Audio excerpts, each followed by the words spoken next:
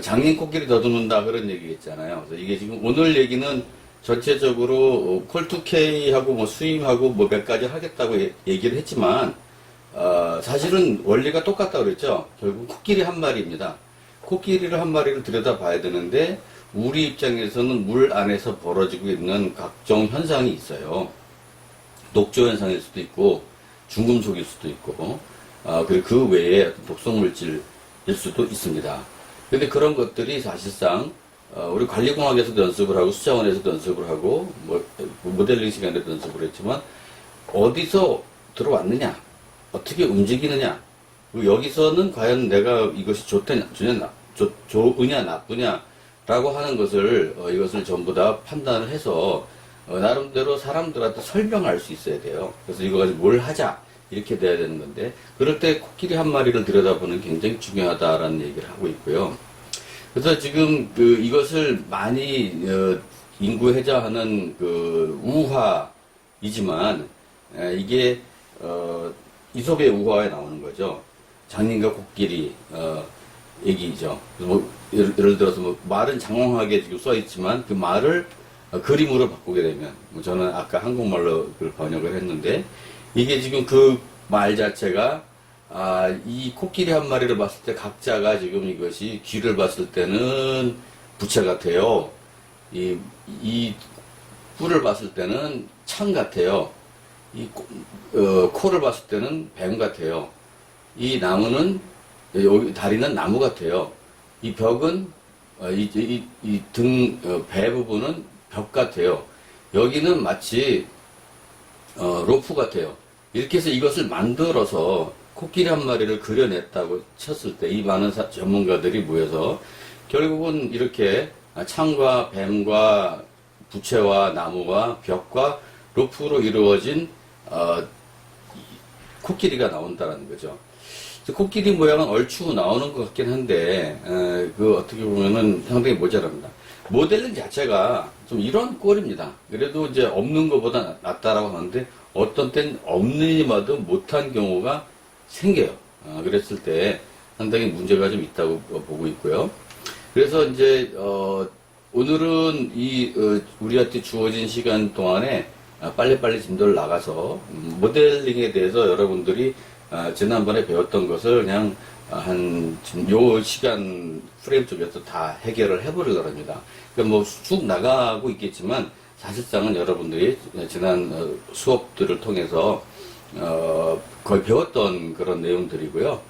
그렇기 때문에 반복이 될 수 있어서 금방 하겠습니다.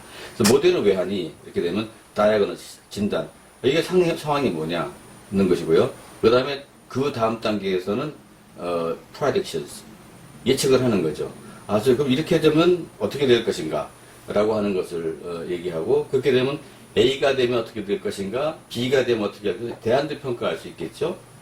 물론 그 과정에서 결국은 그 대안을 가지고 돈이 얼마나 드는가 등등등 여러 가지 시나리오 분석을 하게 됩니다. 그랬을 때 그 evaluation, 평가를 하게 돼서 우리가 모델을 할 때는 우리가 어떻게 보면은 가상의 세계잖아요. 가상의 세계에서 이런 것들이 벌어지니까 장점이 뭡니까? 실제로 어떤 시설물을 건설을 하고 평가를 하다 보면은 이거 뭐 잘못됐어요. 예를 들어서 위치가 잘못됐을 수도, 그 땅이 잘못됐을 수도 있고 아니면은 시설 자체의 크기랄지 여러 가지 문제가 있어. 그걸 다시 부수고 만드는 것 자체는 굉장히 무리가 많이 따르죠. 그래서 그런 것들은 비현실적인 거기 때문에 이렇게 어떤 가상의 세계, 컴퓨터 세계에서 미리 우리가 생각을 하고 평가를 하는 것은 중요한 단계입니다. 그럼에도 불구하고 모델 자체가 아까 그 장님 코끼리 다듬는 식의 어떤 우리가 모르는 현실을 우리가 아는 것만큼 막 꾸겨서 만들어 놓다 보니까 그것이 맞을 수가 없어요. 이 모델은 역설이지만 제가 모델을 전공하는 사람이지만 맞는 게 아닙니다. 틀리는 게 맞습니다. 그렇지만은 그것이 발달을 하면서 조금 더 에러를 줄이고 사람들한테 이해를 돕기로 하는 것이지, 제가 계속 말씀드리죠. 의학하고 마찬가지예요. 병원에 가면 사람이 나와서 걸어 나오냐고요. 아닙니다. 많은 경우 우리도 모르는 상태로 환자가 생명을 잃는 경우도 있고 여러 가지 부작용도 있어요. 모델도 똑같지만 과거의 의술과 지금 의술을 생각했을 때는 상대가 안 될 정도로 발달을 했다는 거예요. 과거의 모델링과 지금 모델링도 상대가 안 될 정도로 발달을 할 것이고 앞으로도 더 발달할 것입니다. 그렇기 때문에 우리가 그 발달이라고 하는 것에서 운전사, 전문가 그런 역할을 하자는 거예요. 그래서 모델이라고 하는 것은 전체적으로 일반적으로 기본적으로 데이터가 필요해요. 그래서 다 이게 수질, 유량, 기상, 나름대로 지형 이렇게 데이터베이스 매니지먼트 시스템이라고 해서 DBMS라고 하고 있고요. 지금 소위 많이 얘기하는 뭐 빅데이터 이런 것들이 여기에 속하는 문제입니다. 그럼 이런 것들을 조합을 해서 데이터만 가지고 뭐 엑셀 가지고 아니면 테이블 가지고 엄청나게 많은 숫자가 있다고 했을 때 이거가 만약에 몇 개 안 될 상황에서는 우리가 그걸 보고서 판단할 수가 있는데 너무나 많을 경우에는 이것을 좀 컴퓨터에 집어넣어서 식을 만들어서 어떻게 보면 정리된 형태로 가는 거예요. 그것이 모델이에요. 그래서 지금 여기서 수리학적 모델도 있고 뭐 유량 모델도 있고 유출수 모델도 있습니다. 그래서 그 모델들을 결국은 좀 더 형태를 갖추면 강물에 대한 모델도 있을 것이고 호수에 대한 모델도 있을 것이고 유역에 대한 모델도 있습니다. 이것을 우리가 모델링이라고 부르는 단계고요. 이런 것들을 조합을 해가지고 전체적으로 이렇구나 저렇구나라는 판단을 하고 평가를 하는 그런 단계가 있고요. 이것을 우리가 decision making, 의사는 그 닥터가 아니고요. 그러니까 의사 이런 뜻이에요. 의사결정이다 이렇게 얘기를 합니다. 그래서 이걸 제가 펜을 하나 샀는데 잘 나오나 한번 볼게요. 이쪽으로 해군요. 의사결정. 교수님. 예. 죄송한데 지금 화면이 교수님 얼굴로 돼 있어가지고. 그래요? 하나도 안 보여요. 그럼 안 되죠. 예. 다시. 화면 공유를 하면, 네, 이상하다. 그죠? 화면, 이거, 지금 보여요? 지금은 어때요? 네, 이제 보여요? 미안해요. 미리 얘기하지. 아유, 미안합니다. 혼자 떠들었네. 그럼 자기는 비디오는 보이는데, 이 양반이 뭐 하나 그러겠군요. 그랬군요. 아유, 그래요. 어쨌든, 지금 이제, 잠깐만요. 내가 몇 개 테스트가 이걸 지우기가 되네요. 자, 그렇게 해서 우리가 이제, 이 의사결정을 하는 단계라고 볼 수가 있어요. 그래서 데이터, 모델, 결정, 이런 것들을 같이 쓰는 그런 단계가 되겠습니다. 잠깐만요. 여러분, 기왕이면 그렇게 된 김에 이렇게 해도 될 것 같습니다. 여기 지금, 네, 이렇게 하겠습니다. 예, 그래서 지금 됐고요. 그래서 이제 결국은 모델이 뭐냐라고 하는 그런 얘기를 우리가 한번 이제 해봅시다. 결국 모델은 지금, 간단히 얘기해서 프로그램입니다. 프로그램 이거 자체가 여러분들이 이제 모델링 실험실을 바라보는 그런 면에서 어떻게 보면 걸림돌이 될지 모르겠는데, 저보고 프로그램 잘 하세요 한번 물어보신다면, 저 프로그램 안 합니다. 유저예요, 유저. 그래서 프로그램이 지금 내가 프로그램의 어떤 기본이나 식 같은 거 대충 뭐 이게 어떻게 돌아간다고 하는 건 알지만 구체적인 프로그램을 할 수 있는 상황이 아닌 것이 요새 프로그램이 너무너무 사이즈가 커지고 복잡해져서 우리도 프로와 같이 일을 합니다.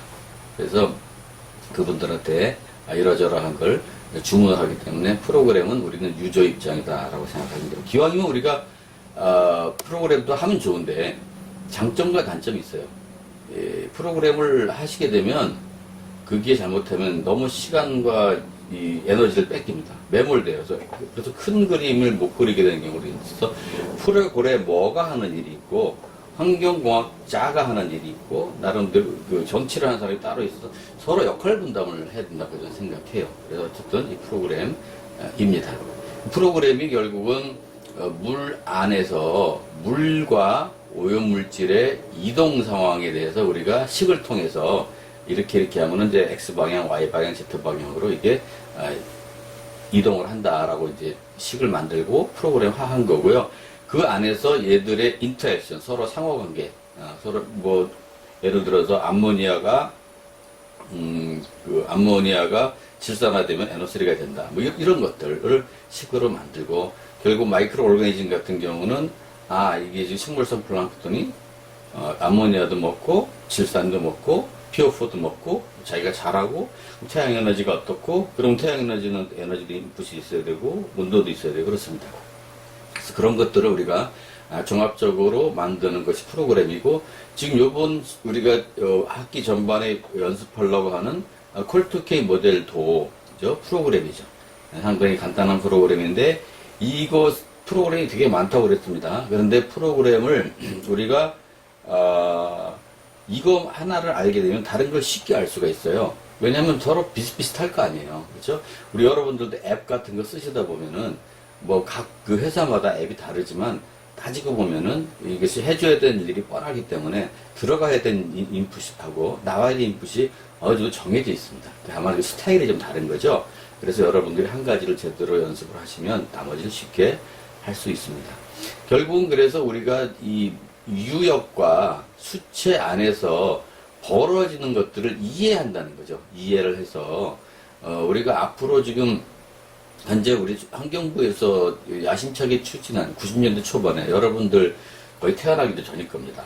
수질 오염 총량제라고 하는 것을 뭐 제가 만든 건 아니지만 제가 90년대 초반에 환경부 분들하고 많은 또 회의를 거쳤을 때 같이 참여를 했었어요. 근데 이런 것들을 할 때 제일 중요한 게 나중에 이 수질이 어느 정도 돼야 되고 우리 첫 번째 슬라이드 기억하셨는지 모르겠는데 돼야 되고 결국은 그것을 하기 위해서 뭐가 돼야 되고 뭐 이런 어떤 종합적인 그림이 좀 있어야지만 관리 계획을 수립하는데 그게 다만 간단한 어떤 수준에서 될 수도 있지만 좀 복잡하게 되면 모델을 쓸 수밖에 없는데 모델에 대한 이해가 환경부의 전문가들이 좀 약했던 것 같아요. 그래서 앞으로 수질오염 총량제가 저는 2단계, 3단계로 발전을 해야 될 때 모델의 역할이 더욱더 중요하다고 생각합니다. 왜냐하면 이 TMDL이라고 하는 것은 미국에서 온 그런 거예요. 이것을 TMDL이 뭔고 하니 여기 보면은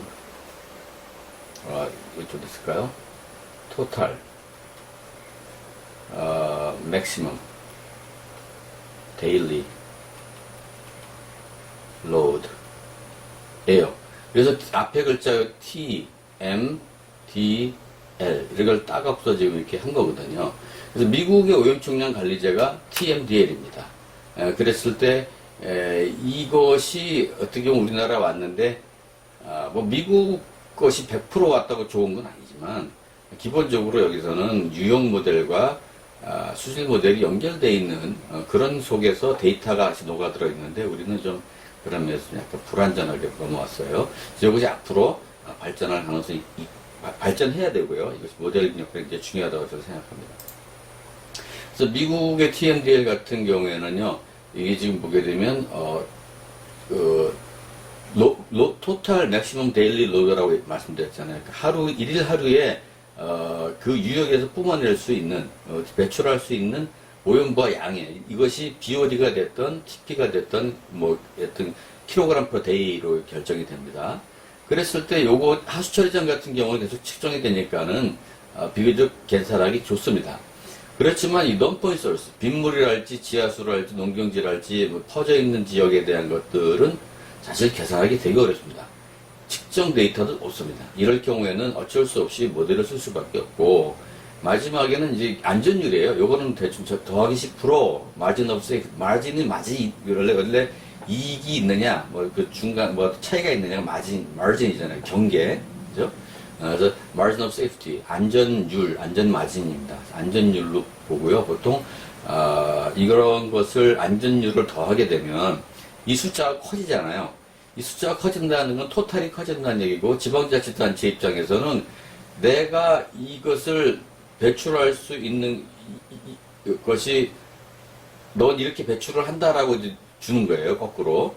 이게 많으면은 내가 책임져야 될 것이 많아지는 겁니다. 그래서 되게 싫어하죠. 그래서 요거를 줄이려고 애를 많이 씁니다. 뭐 없애자. 5% 하자, 10% 하자. 근데 또 정부 측 입장에서는 언젠가 이런 것들이 왔다 갔다 변하기 때문에 뭐 클 수도 있고 작을 수도 있어서 이런 1, 20%의 안전율을 두고 싶어요. 근데 대충은 5%에서 한 10%? 이 정도 해서 왔다 갔다 하는 그런 수준으로 이제 결정입니다. 요거는 지금 제가 마우스 갖고 그리고 있습니다. 예, 그렇고 이제 하천에서 이런 것들이 이제 포인트 소스는 처리장을 통해서 들어오고 난포인트 소스는 여러 군데서 들어오고 이게 난포인트 소스는 공간적으로도 이렇게 흩어져 있지만 사실 시간적으로도 흩어져 있어요. 비가 오는 것은 뭐 어제 왔다가 오늘 안 올 수도 있고 막 이렇잖아요. 그래서 그런 것들을 다 합해서 이런 것들이 오염물질이 어느 정도 농도가 됐을 때 여기서 목표 수질이라고 하는 게 있잖아요. 그래서 그런 것들을 달성하기 위해서 당신들이 낼 수 있는 거는 최대 이렇게 내기 때문에 줄여라 뭐 그런 것들을 하게 됩니다.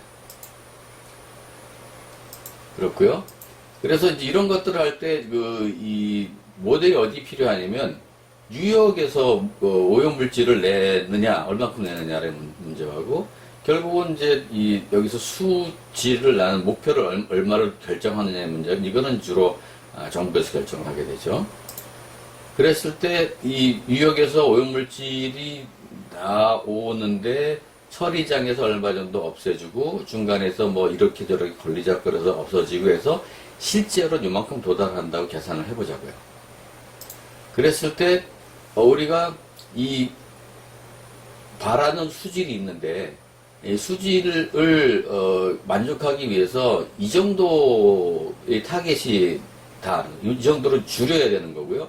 두 개 사이에 이제 어떤 차이가 되는 겁니다. 차이를 계산을 해서 실제 이만큼 나오고 당신 이만큼 이상은 배출하면 안 되는데 실제 이만큼 나오니까 줄여라라는 것이고요. 그랬을 때 그것을 중간에 안전율을 해서 더하기를 해갖고 당신은 이만큼을 이제 이만큼 차이다라는 거예요. 그래서 이것을 처리장을 또 만든달지 아니면 나름 여유가 있다면 개발할 여유가 있다면 아파트 단지를 만들 수 있고 공장을 만들 수 있고 그런 거예요. 네, 그랬을 때 지금 이런 것들 전체적으로 문제가 뭐냐면 과연 여기서 제대로 우리 계산했느냐. 유형 모델 우리나라 유형 모델 거의 적용 안 합니다. 그 다음에 중간에서 올 때 뉴욕에서 발생했지만은 여러 가지 자연 조건이나 인공적인 조건으로 빼기가 되는데 비정 오염원들이 이거 제대로 계산했느냐. 뭐 이거 모델 자체를 적용하지 않는데 이것이 무슨 의미가 있겠습니까? 그리고 이 타겟 워터 퀄리티는 약간 다른 문제인데 우리가 과연 얼마 정도의 수질을 원하느냐. 먹는 물 원하느냐 아니면 수영을 할 수 있는 수준을 원하느냐 발을 담글 수 있는 수준을 원하느냐 그냥 보기만 하고 싶으냐 아니 공업용수냐 농업용수냐 등등등에 따라 다 다른데 우리는 약간 풀빵 붕어식이에요. 그러니까 1급수, 2급수 뭐 이런 식으로 좀 너무 다림질을 하고 있는데 그것이 우리가 용도별로 지자체에서 그런 것들을 설정할 수 있어야 된다고 생각합니다만 지금 일방적으로 정부에서 주로 하사를 하시죠. 그래서 그런 가운데에서 이런 것들을 비교하기 위해서는 수질 모델이 개입이 돼야 되는데 수질 모델이 지금 현재 오염청량 관리자에서 너무너무 지역적인 수준에서 사용되고 있고요. 사실상 이 수질 오염 총량제에서 가장 지금 그나마 많이 활용되는 게 콜2K 모델. 우리가 지금 연습하려고 하는 모델입니다. 그리고 이 5%로 하냐, 10%로 하냐, 말도 많죠? 말도 많습니다. 뭐가 맞습니까? 맞는 게 없습니다. 그랬을 때 이것에 대한 논란도 많지만 이건 모델에 대한 논란보다는 어떻게 보면 원론적인 얘기가 있고요. 그 다음에 이제 이 오염부와 할당이라고 얘기하는데 당신들은 이만큼 줄여라 아니면 이만큼 더 낼 수 있다라고 하는 플러스도 있고 마이너스도 경우에 따라 있겠지만 지자체 여기에 해당되는 워터쉐드에 봤을 때 이 끝 말단에서 지금 해당하는 거에 영향을 주는 지자체가 많아요. 대전시만 하더라도 유성구, 서구 뭐 등등 구가 많아요. 구가 많은데 그 구 중에서 이걸 나눠줘야 될 거 아니에요. 유성구는 이만큼 책임지세요. 서구는 이만큼 책임지세요. 뭐 어디는 책임지세요. 이렇게 하는데 그 사람들이 내가 왜? 뭐 이렇게 될 거 아니에요. 저 사람들 보고 더 하라고 그러세요. 돈 많이 버는 사람 더 하라고 그러세요. 면적이 더 많은데 하라고 그러세요. 공장이 더 많은데 하라고 그러세요. 아니 뭐 등등등. 그래서 굉장히 사회적으로도 말이 많은 이슈입니다. 그래서 보니까 이 간단한 오염총량제에서도 보면 이슈가 많죠. 뭐가 내가 바라는 게 뭐냐, 중간에 뭐 세이프티 팩터가 뭐냐, 누가 책임질 거냐, 얼마나 책임질 거냐, 뭐 등등등의 사회적인 문제도 있지만 실제 계산해서 얼마나 나오는지, 얼마나 빼기가 되는지, 그리고 이런 어떤 것을 달성하기 위해서 모델을 집어넣었을 때 실제로 어떤 것들이 뭐 이렇게 스토리가 전개가 되는지, 스토리텔링을 해야 되는데, 사실 여러분들은 나중에 이런 것들을 전체적으로 다 이제 생각을 하면서 하셔야 될 테지만, 우리가 아직까지도 이 장님 코끼리에 대해서 일단 귀만 만지고 있달지, 꼬리만 만지고 있달지, 그런 형태가 되기가 쉽습니다. 그래서 지금 여기서 가장 제가 불만, 정부나 환경부에서 하는 환경 관련해서 기술적인 면에서 문제가 있다고 생각하는 게, 요새도 제가 최근에 이메일이나 공문을 받았는데, 자기들이 사람들을 훈련을 시켜가지고, 청년 백수 훈련시켜갖고 환경 전문인들을 키워서 그 사람들을 내보내겠다는 거예요. 그래서 뭐 예를 들어서 다른 전공을 했는데 놀고 있으니까 그냥 간단하게 해가지고 뭐 환경 무슨 전문가로 해가지고 양성 프로그램을 하겠다는 거지. 근데 그게 말이 안 되는 게, 여러분들은 4년 동안 이 훈련을 제대로 받아서 이런 어떤 동그라미들이 얘기를 할 때 무슨 뭐 정확하게 몰라도 대충 무슨 말이든 안다는 거죠. 근데 그런 양반들은 이것에 대해서 알 수가 없어요. 이 자체 하나 들어갔을 때도 훈련량이 기본적으로 너무 부족합니다. 그러니까 훈련량이 부족하니까 데이터가 부족하고 그러면 이해도가 떨어지는 거예요. 그런 양반들이 어떤 일을 할 때는 굉장히 나름대로 직진만 하는 거죠. 문제가 되죠. 문제가 돼서 이런 것들을 관리를 해줘야 되는데, 아니 왜 전공이 있고 다 있는 가운데에서 그런 분들한테, 그런 환경공학과한테 이런 것들을 맡기고 환경 전문인들한테 좀 어떻게 보면 좀 더 전문가가도 활성화할 수 있는 우리의 어떤 그 취업이랄지 아니면 역할이랄지 이런 것들을 활성화 시켜줘야 되지, 왜 엉뚱한 전공을 한 사람들을 해가지고 우리의 어떤 텃밭까지도 침해를 하는가, 난 굉장히 분개하고 있어요. 과거에 이런 것도 있었어요. 우리가 이 중등 교사 자격증을 우리가 같이 부여한 적이 있었거든요. 근데 그것은 우리 학생들이 이제 교사 자격증을 따서 교사로 임용될 수 있는 그런 어떤 지금도 가능성이 있다고 생각하는데, 나중에 알고 보니까 굉장히 들어가는 문이 좁더라고요. 일단 임용고시도 그렇고, 그 다음에 임용됐을 때 발령 나는 것도 문제가 되는데, 어느 날 갑자기 이 고등학교 선생님들 중에서, 기술 선생님 중에서 노는 사람들이 많다. 이런 자업도 있고 별의별 전공이 많아요. 그분들을 여름방학 때 훈련시켜서 환경 쪽의 교사로 양성을 하라고 우리한테 공문이 왔었습니다. 저는 그래서 말도 안 된다. 왜 우리 학생들을 뽑아서 그 사람들한테 교사로서 활동하게 하고 역할을 하게 해야지, 왜 전혀 엉뚱한 사람 한두 달 동안 와서 여름에 훈련시킨다고 그게 될 일이냐. 말도 안 되는 거죠. 근데 그분들도 오셔가지고 너무너무 괴로운 거예요, 자기들도.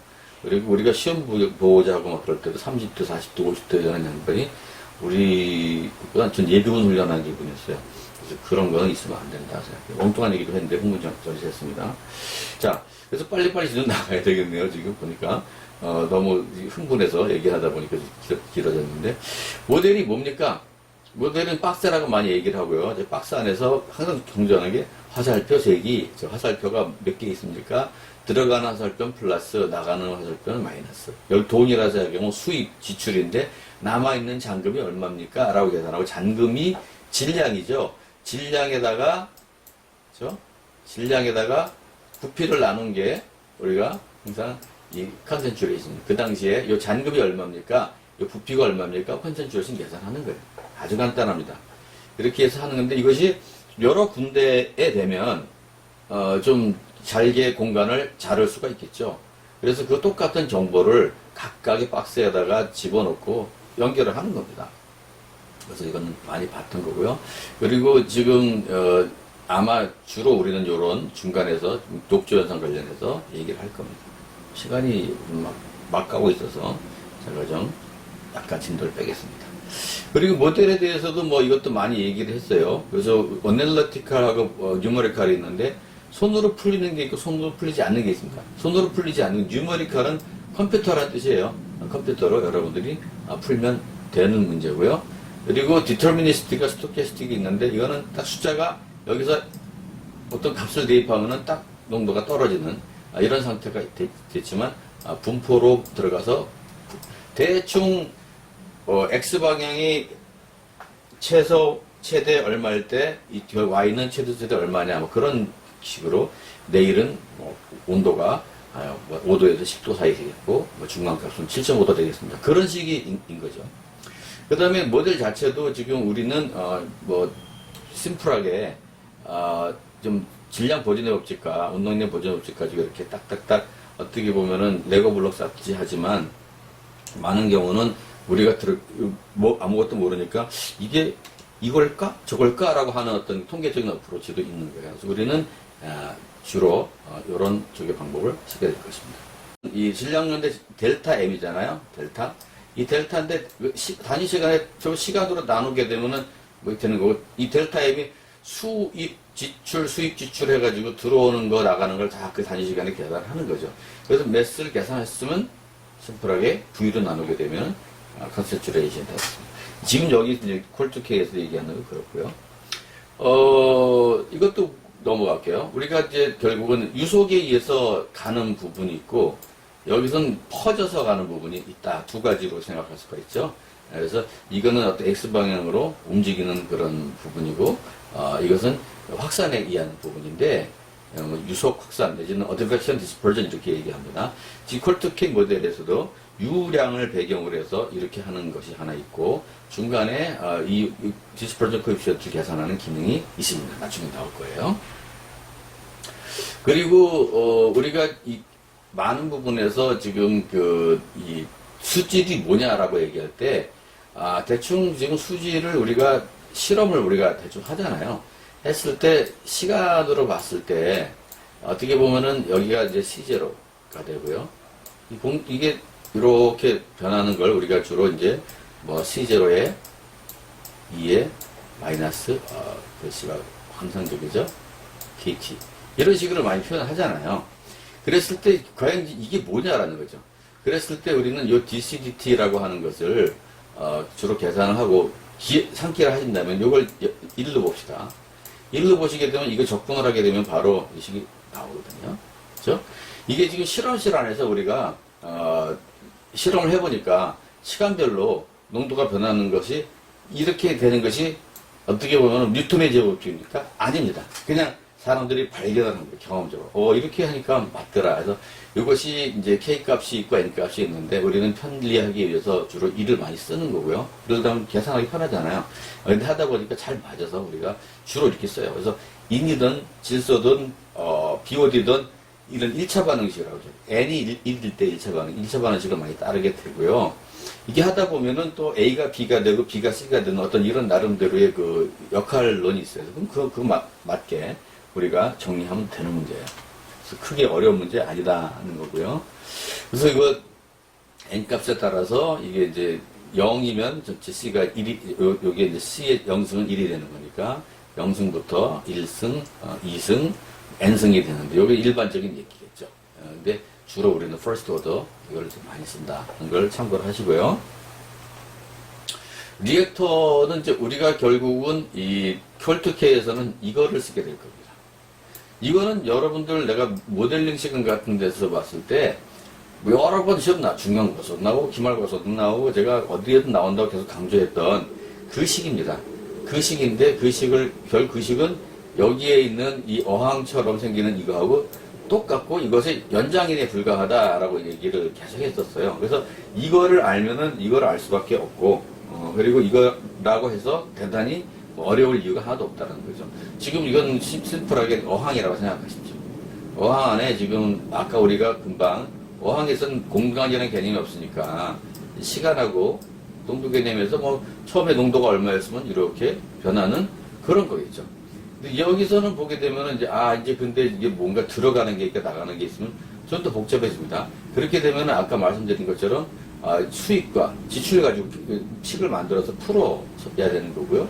그 다음에 요것을 얘가 지금 여기 하나가 첫 번째 박스라고 생각하면 이 박스가 하나, 둘, 셋, 넷, 다섯 연결되어 있는 거예요. 연결되어 있는데 얘는 지금 아직 디스퍼전이 없어요. 디스퍼전이 없는 상태라서 얘는 지금 그냥 심플하게 유성만 가지고 가는 겁니다. 근데 뭐 생각해보니까 어디 강물도 그냥 열심히 흐르면 상관이 없는데 좀 약간 고요인 데도 있고 좀 그렇잖아요. 그랬을 때 역시 확산도 필요하다. 그랬을 때 여기서 V와 확산이 다 그다음에 나름대로 또 여기서 그 반응이 같이 포함되는 그런 겁니다. 그래서 이런 것들 이미 연습하셨고요. 간단하게 또 나름대로 CNF를 보시게 되면 들어가는 거 나가는 아까 제가 말씀드렸습니다. 들어가는 건 수입 플러스 나가는 건 지출 이렇게 얘기했어요. 그래갖고 질량 보존의 법칙을 가지고 델타 M 나누기 델타 T인데 여기서는 V가 일정하기 때문에 요것만 표시를 했습니다. 어쨌든 이렇게 해서 풀면 된다는 거고요. 그 다음에 PF 같은 경우는 요 작은 그 박스 안에서 저게 뭐 여기 본 약간의 샌드위치처럼 이렇게 이렇게 그리면 낫겠군요. 이 샌드위치 같은 작은 조각이라면요, 이 조각이 결국은 박스잖아요. 그래서 들어간 거, 나간 거 계산해서 결국 매스밸런스 똑같이 했을 때 얘는 t에 대한 어떤 함수이기도 하고 x에 대한 함수이기도 해서 이건 편미방으로 풀지만 이렇게 어쨌든 식이 됐고 일단 식이 있으면 풀 수 있다는 얘기예요. 풀 수 있으면 우리가 t에 대해서도 x에 대해서도 알고 싶다는 거죠.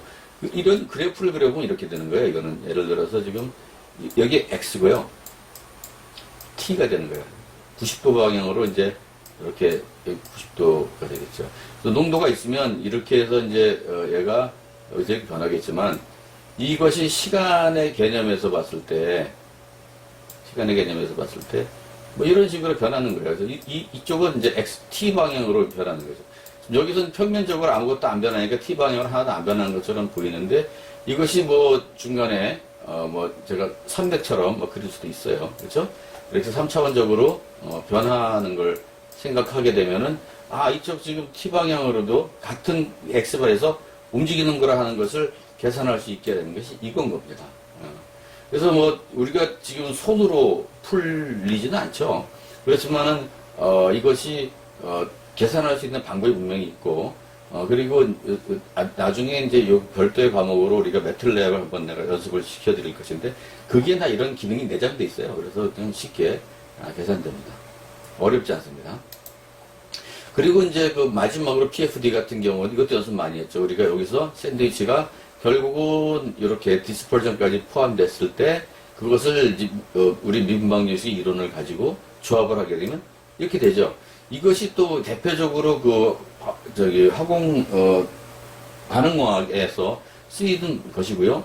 얘도 그 퓨리에 트랜스폼 같은 거 가지고 수학적인 다른 방법 가지고 손으로 풀듯이 해가 나옵니다. 그런데 뭐 이것도 역시 어떤 그런 매틀랩이나 이런 걸 통해서 미리 프로그램 되어 있기 때문에 그리고 손으로 안 풀리는 건 컴퓨터가 풀 수 있도록 또 우리가 방법을 만들 수도 있고 존재하기도 하고 그리고 앱도 있고 다 있어요. 그러니까 여러분들이 얼마든지 해결이 가능합니다. 자, 그래서 이제 그런 면에서 지금 DCDT 왼쪽에 아까 이 시간에 대한 어떤 개념들이 지금 있었잖아요. 그런 것들이 지금 뒤에 요렇게 이 시간에 대한 개념이 있었잖아요. 그랬을 때 이것이 지금 현재 나는 변하지 않는다. 변하지 않는다는 게 무슨 뜻입니까? 이쪽 t 방향으로 가봤자 똑같은 x에서는 완전 완벽하게 똑같다. 지금 여기 좀 그림을 좀 잘못 그렸는데 뭐 이런 식으로 해서 똑같다라고 생각하는 거예요. 그래서 오늘이 됐던 내일이 됐던 모레가 됐던 다음 달이 됐던 1년 후가 됐던 이쪽 방향으로는 그냥 직선으로 계속 가는 거죠. 그랬을 때 지금 이런 상황인 거고요. 그것이 이제 아까 식에서는 왼쪽을 다 0으로 만들어 놓는 우리 너무 감사하죠. 0으로 만들어도 계산할 필요가 없잖아요.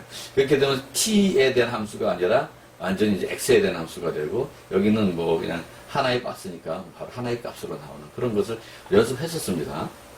그렇죠? 아이고. 그래서 이제 이것이 연결됐을 때, 두 개가 연결됐을 때 이런 식으로 해가지고 우리가 풀고 할 수 있었다. 기억할 수 있고요.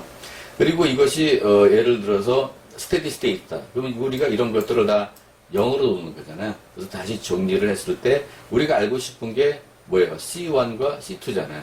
그죠? 여기 C1이 있고 C2가 있습니다. C1과 C2에 대해서 이렇게 우리가 2x2 행렬로 표시할 수 있고, 우리가 3개면은 3x3로 가는 거고요. 4개면은 4x4, n개면 n/n으로 가는 거예요. 그래서 이걸 이렇게 우리가 가우스 엘리미네이션이나 가우스 아이델이나 가우스 조르단이나 뭐 여러 가지 뭐 그 굉장히 많아요. LU 디컴포지션 뭐 등등등 해가지고 방법도 되게 많은데, 이런 것들도 이미 매틀랩이나 이런 데 다 돼 있어요. 심지어 이것은 엑셀에서도 가능합니다. 그러니까 계산하는 것 자체는 우리 머릿속에 복잡한 것들을 다 담을 수 없지만, 우리는 그런 것들을 어떻게 종합을 해낼 수 있는 연습을 하면 되는 거기 때문에 절대로 겁먹지 말아라. 나도 다 모른다. 교수님들도 다 모른다. 다만 우리가 어디에 뭐가 있다라는 것을 좀 더 많이 알고 있다. 그런 차이가 되겠죠? 여러분들도 그렇게 될 수 있습니다. 자, 그래서 이제 보게 되니까, 지금 이 콜투케에서 주로 대표적으로 다룰 시스템이 바로 이거예요. 이게 전체를 봤을 때는 우리가 이제, 이걸 전자표를 한번 해볼까요? 세그멘트. 이쪽으로 와야 됩니다. 세그멘트라고 하고요. 요 하나는 그냥 리치고요. 이것을 잘라서 이렇게, 이거 별로네요, 이거. 그래서 잠깐만요. 다시 정리를 잠깐 해볼게요. 지우개로 몇 개를 지우겠습니다. 지금으로 봐서는 이 디지털 펜을 샀는데요. 별로 자기가 역할을 잘 못하는 것 같은 느낌이 들어서 안타깝습니다만, 어쨌든, 그래서 지금 또 하나 얘기를 마저 한다면, 그래서 요걸 이제 잘게 우리가 자를 수가 있어요. 이렇게. 잘게 자를 때 하나하나가 자르게 되면 얘는 우리가 엘레멘트로 부르기로 하겠습니다. 그래서 지금 콜2K에서 나중에 부를 거예요. 전체는 세그멘트. 요 동일한 성질을 가지는 교수님과 같은 동일한 성질을 가지는 리치. 그래서 유속이 똑같은, 폭이 똑같다. 뭐 이렇게 할 수 있고요. 그 안에서도 거리별로 내가 보고 싶은 건 엘레멘트. ELE, MENT. 그렇죠? 엄청나게 명필입니다. 이렇게 해서 각각 여기에 대해서 우리가 계산을 할 수가 있다는 거죠. 계산해서 우리가 식을 만들고, 그 다음부터는 이 콜2K는 뭐예요? 스테이트 모델이에요. 고맙게도 이것이 다 0이 돼버리는 이런 상황인 겁니다. 아주 감사합니다. 그렇죠? 그렇게 돼서 계산을 해서 매트릭스로 푸시면 되는 거고요. 이건 자세한 숫자는 제가 얘기를 하지 않을 거예요. 근데 어쨌든 지금 이것도 연습을 한 건데, 이 화살표만 생각해서요. 이렇게 들어가는 게 나가는 게 있고, 하나 여기서 반응이 K라고 하는 게 반응이죠. 이 안에서 나름대로 이렇게 하나 없어지는 것도 있을 것 같습니다. 그래서 들어오는 거 3개, 나가는 거 2개. 더하기를 다 하게 되면 남는 게 얼마입니까? 그런 계산을 하는 거고요. 그죠?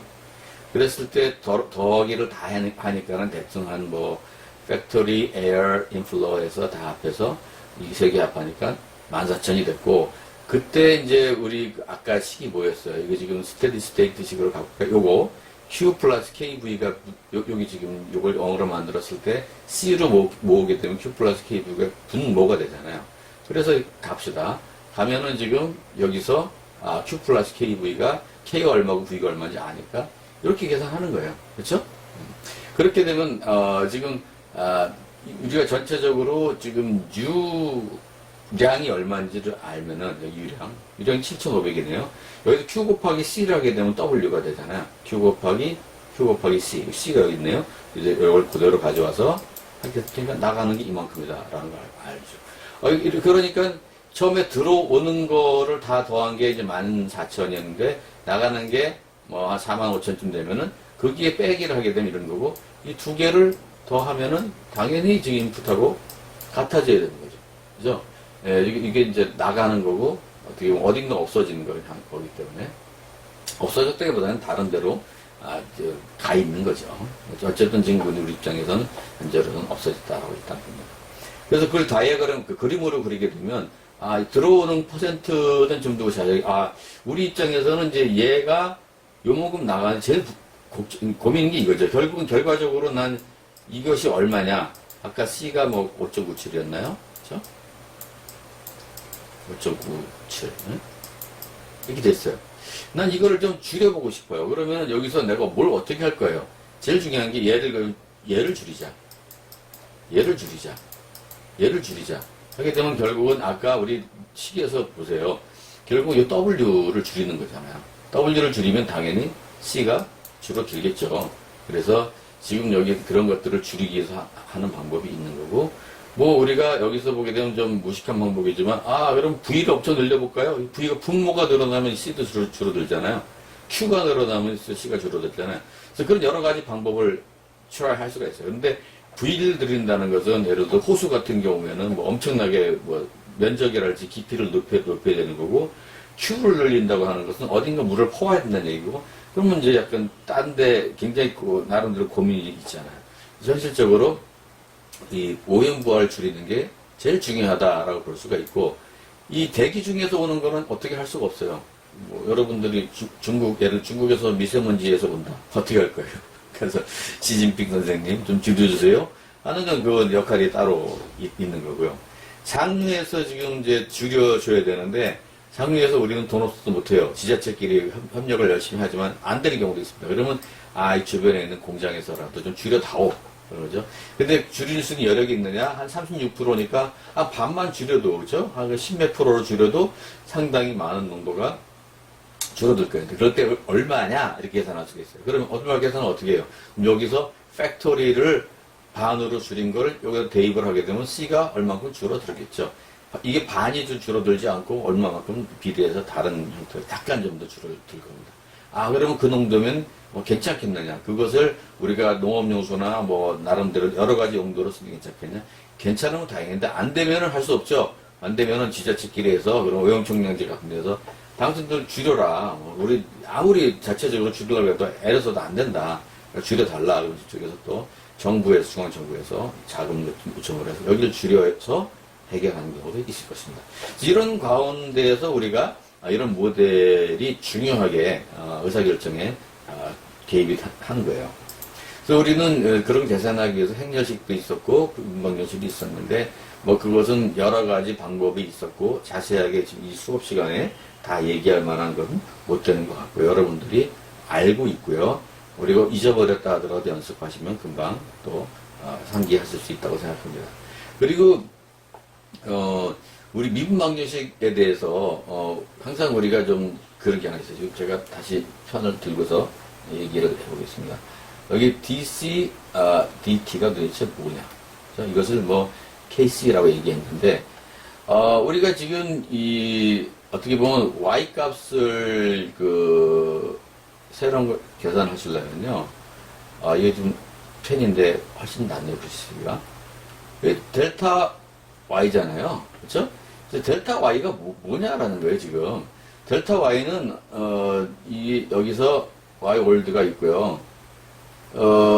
델타 Y에, 델타 X에, 델타 X예요. 그쵸? 얘 지우면은 델타 Y잖아요. 그러니까 이것을 좀 우리가 잘 써보면은, 플러스 어떻게 보면 dy dx. 이렇게 되는 거예요, 델타 X. 그러니까 여기서 좀, 요거는 이제 D하고 델타의 차이는 서로 차이가 있죠. 그러니까 D는 무지하게 작은 거고, 델타는 무지하게 클 수가 있습니다. 그러니까 델타가 이게 D랑 같으면 작으면 작을수록 정확하게 계산할 수가 있는 거예요. 자, 그럼 이 DCDT라고 하는 것에서 봤을 때 똑같은 개념이죠. CU가 있으면 C 올드가 있고, 이것이 델타 C, 델타 T에 델타 T가 있는 거예요. 그렇죠? 띡띡 지워지면 델타 C 되는 거 아닙니까? 얘가 지금 결국은 뭐였어요? 이 DCDT 가지고 우리가 계산을 할 수 있으면 된다라는 거잖아요. 그래서 이 모든 미분 방정식은 아주 간단합니다. 새로운 값은 그전 값에다가 이 슬로프, DCDT가 dy dx인가요? 여기는 기울기잖아요. 기울기. x하고 있고 y가 있고, 이게 됐을 때 요 기울기가 델타 x가 이거고 델타 y가 이거니까 이게 기울기입니다. 기울기. 1차 미분은 항상 어떤 이 선의 기울기라고 얘기를 하잖아요. 인터벌은 뭐예요? 델타 x잖아요. 그렇죠? 이렇게 해서 여기는 t로 했네요. 어쨌든 이렇게 해서 이런 개념이 미분 방정식. 이것이, 보통 상비분 방정식이든지 편비분 방정식 다 똑같아요. 그리고 결국 개수가 아무리 많아도 항상 U는 올드하고 그 DCDT하고 델타 T고 이걸 같이 풀어버린 거 끝이에요. 나머지 복잡한 미분 방정식 푸는 방법, 휴스 방법, RK 방법, 별의별 방법이 다 있는데 얘들은 이 원리를 조금 더 이용해서 좀 뭐랄까요, 단위 시간 내에 단위 그 인터벌에서 좀 정확도를 높이는 방법인데 따지고 보면 이거랑 다를 수가 없어요. 그래서 오일러 방법 이거 하나만 알면은 미분 방정식 다 풀립니다. 그렇기 때문에 이것이 굉장히 중요한 것이고 수학이 엄청나게 어려워 보이지만 저는 가끔가다 요새 이 과거에 이 과학자들이 많이 얘기했던 것들을 공부하다 보면 참 그분들이 대단하다는 생각도 하고 어쨌든 근데 우리가 이 과학은 분명히 상식에 출발하는 거기 때문에 할 수 있어요. 여러분들도 다 할 수 있습니다. 오케이. 그리고 그냥 우리가 못한다 하더라도 나름대로 또 부탁을 하면 되는 문제니까. 그렇게 테일러 시리즈란 얘기도 여러 번 얘기했었죠. 테일러 시리즈가 1차로 나누게 되면은 이것을 무시한다고 쳐보자면 골치 아프니까. 그럼 이게 뭐예요? 이게 뭐게도 그 다음 값은 그 전 값에 1차 미분의 A 인터벌이잖아요. 지금 똑같은 얘기하고 있는 거거든요. 그래서 테일러 시리즈가 몇 개까지 우리가 포함하느냐에 따라서 정확도가 달라지는 거 알고 있습니다. 그래서 이것을 좀 더 정확하게 하려면 델타 T하고 DT하고 비슷하게 되면은 같으면 캔슬돼서 에러가 없는 거 아닙니까? 근데 이게 워낙 굉장히 리미트 델타 T가 0으로 갈 때 얘기 0으로 만들 수는 없잖아요. 그렇죠? 충분히 작아야 되지만 오일러 방법이 그래서 이렇게 해서 이런 접선을 가지고 그 다음 걸 계산했을 때 여기서 에러가 되는 거고 에러를 줄이고 싶으면 좁은 데서 하면 됩니다. 그 다음 역시 이거 편미방이지만 이것도 다 이렇게 잘게 잘라서 요 위하고 아래는요 주로 보게 되면은 이 아래쪽은 이 공간 X고요. 위는 주로 T에 대한 겁니다. 이게 무슨 I승 L로 여기 I가 되고 L이 되잖아요. 그래서 여기 지금 보게 되면 T에 대해서는 그 다음 T, 그 전 T, L 플러스 1, L 이렇게 되죠. 만약에 I 플러스 1, I 마이너스 1은 X에 대해서 이거는 그 다음 단계, 그 전 단계, 또 그 전 단계 이렇게 해서 서로 잘라서 얘기하면 돼요. 이렇게 해가지고 그걸 우리가 지금 C에 대해서도 정리가 되고 T에 대해서도 정리가 되고 X에 대해 정리가 되잖아요. 그래서 그걸 이렇게 엎어치고 맺히고 하게 되면 이 식이 되는데 결국 보세요. 이게 뭡니까? X가 됐던 Y가 됐던 지금 보면 그 다음 값은 그 전 값에다가 이런 어떤 DCDT에다가 델타 T로 되게 돼 있어요. 그래서 요것만 우리가 잘 꾸겨서 넣으면 되는 거죠. DCDT를 왜 합니까? DCDT를 왜 합니까? 여기에 집어넣으려고. 이거는 우리가 알고 있는 값이에요. 이건 내가 정하는 값이에요. 여기는 그 전에 알고 있는 값으로 계산이 가능해요. 결국 방정식이 뭐예요? 모르는 것으로. 그죠? 모르는 것으로, 글씨 되게 나쁘네. 네, 모르는 것으로 아는 것을 계산하는 게 방정식이잖아요. 그래서 여러분들이 하시면 된다고 생각합니다. 그 다음에, 여러 가지 이제 모델링에서 문제가 뭐냐면 제가 봤을 때는 이 아무나 할 수 있는 건 모델이 아니에요. 어렵지 않고 일단 우리가 훈련 받은 사람 하게 되면 할 수 있고 해야 되지만 훈련을 받아야 된다는 뜻이고요. 그 다음에 사람하고 데이터가 제일 중요합니다. 사람이 중요하지만 데이터 없어요. 그래서 우리가 지금 이런 식으로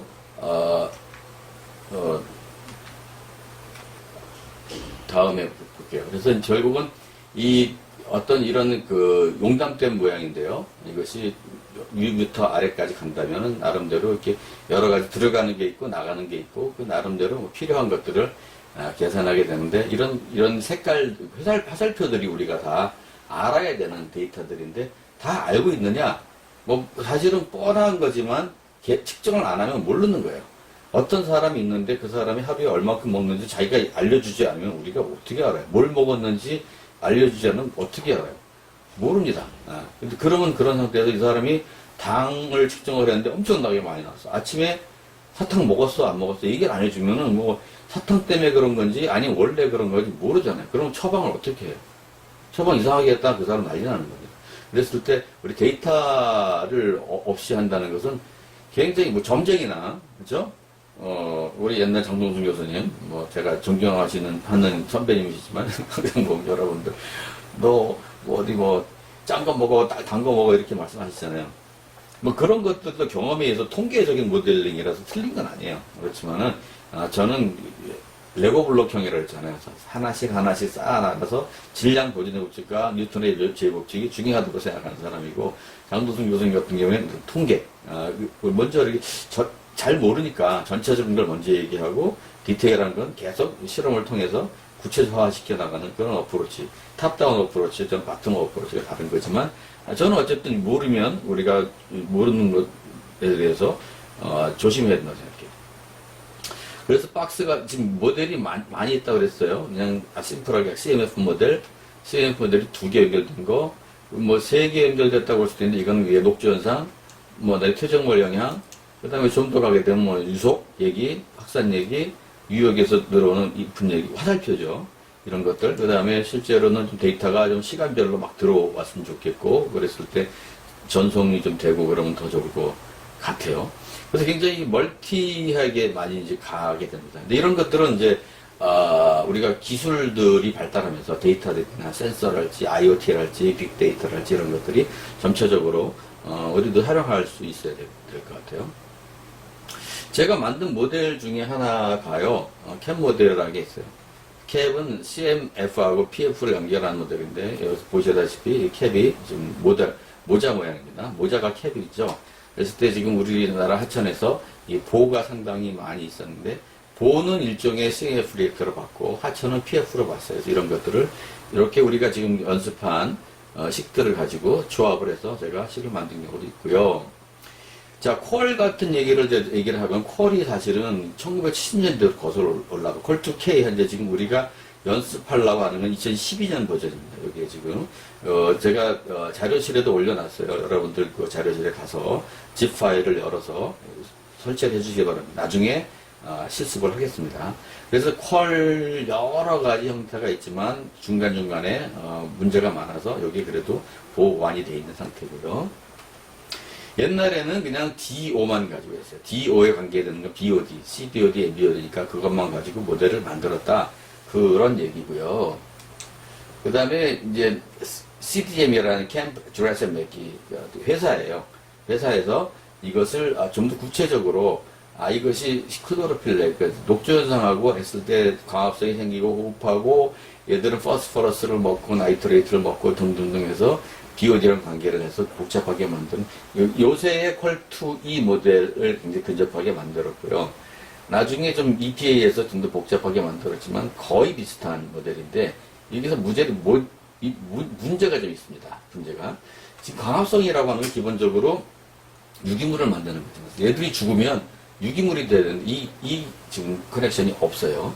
그 다음에 또 다른 것이 여기서 지금 맨 마지막 단계에서 지금 요 NO3 나이트레이트가 어디로 가야 되는데 가지 않습니다. 이거 끝이에요.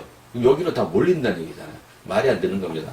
그랬을 때 지금 이것이 주로 언어러빅 쪽에서 디나이트리피케이션인데 그거 2개가 문제가 돼서 더 이상 사용하지 않습니다.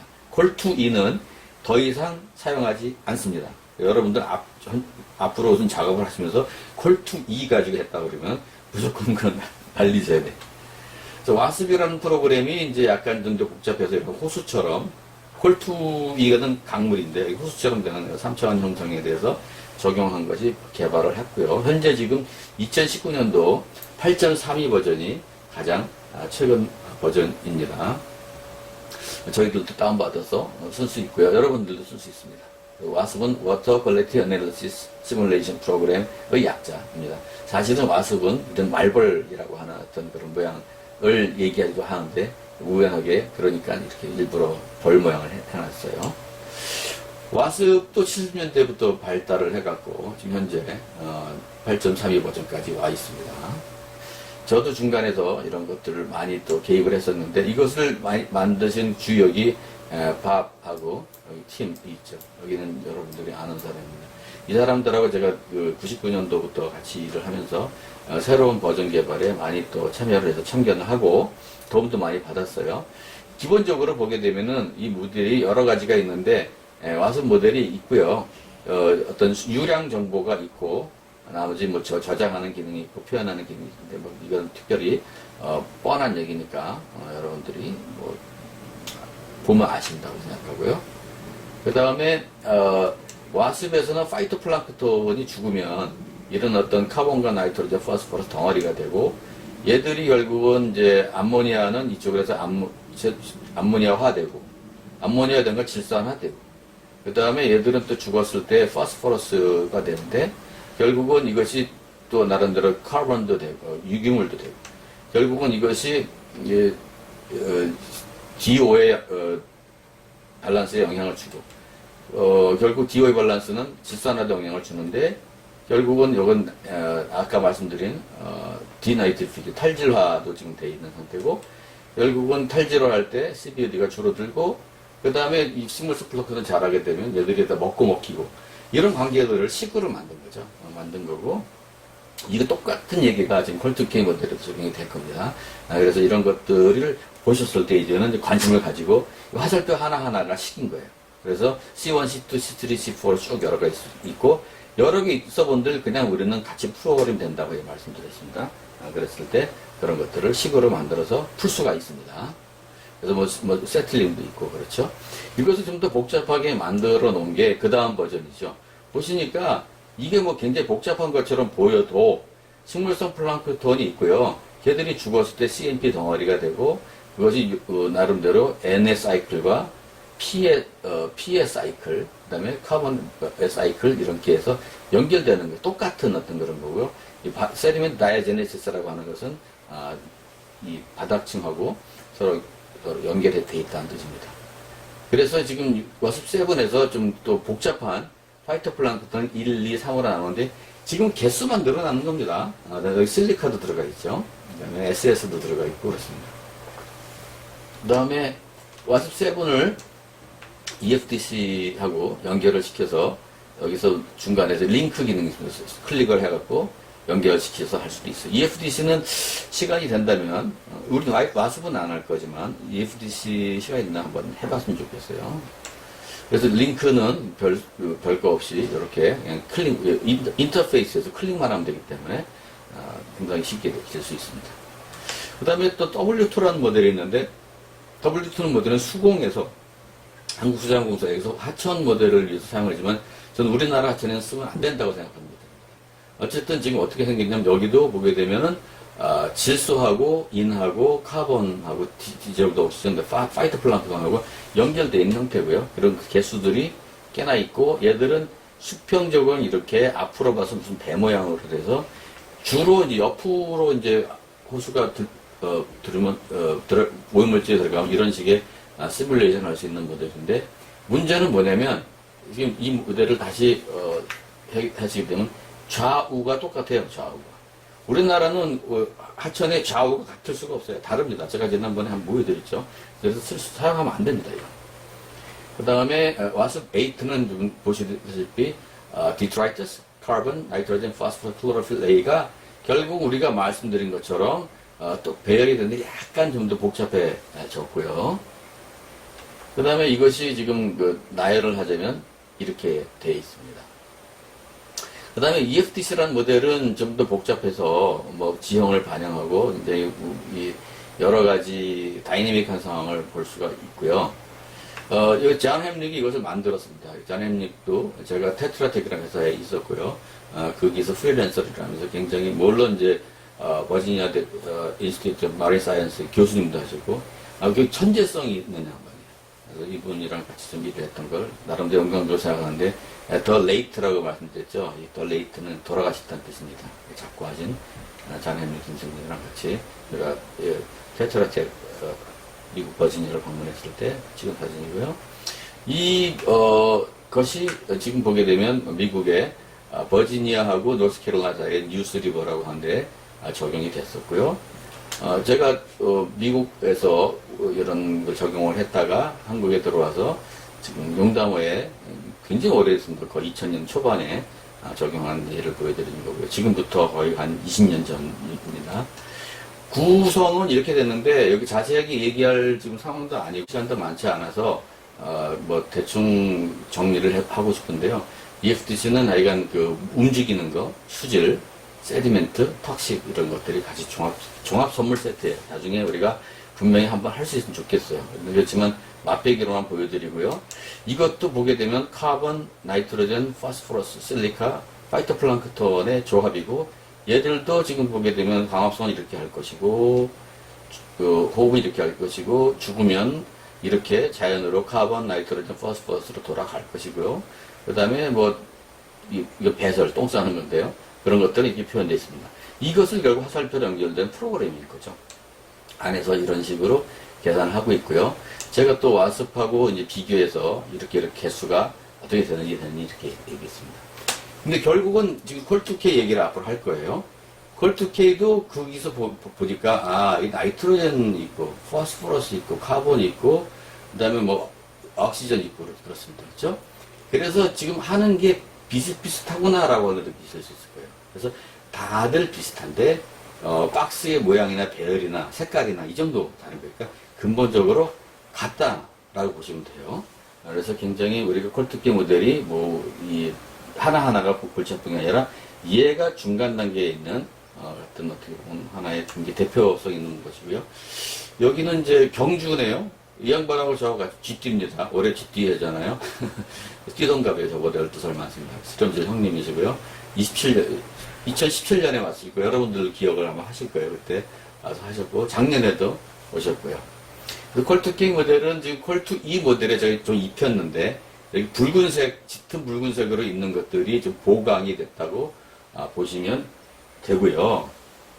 그거를 나중에 우리가 반복을 한번 할 거예요. 그래서 보시게 되면, 포스포러스 계열, 나이트로젠 계열, 카본 계열, 그 다음에 여기 식물성 플랑크톤들, 그 외에 따로 노는 독립적인 것들들 해서 결국은 이렇게 모델이 구성이 됐고, 이 화살표가 결국은 하나하나의 식이고 전체가 프로그램이구나 라고 하는 것을 여러분들이 알게 될 거예요.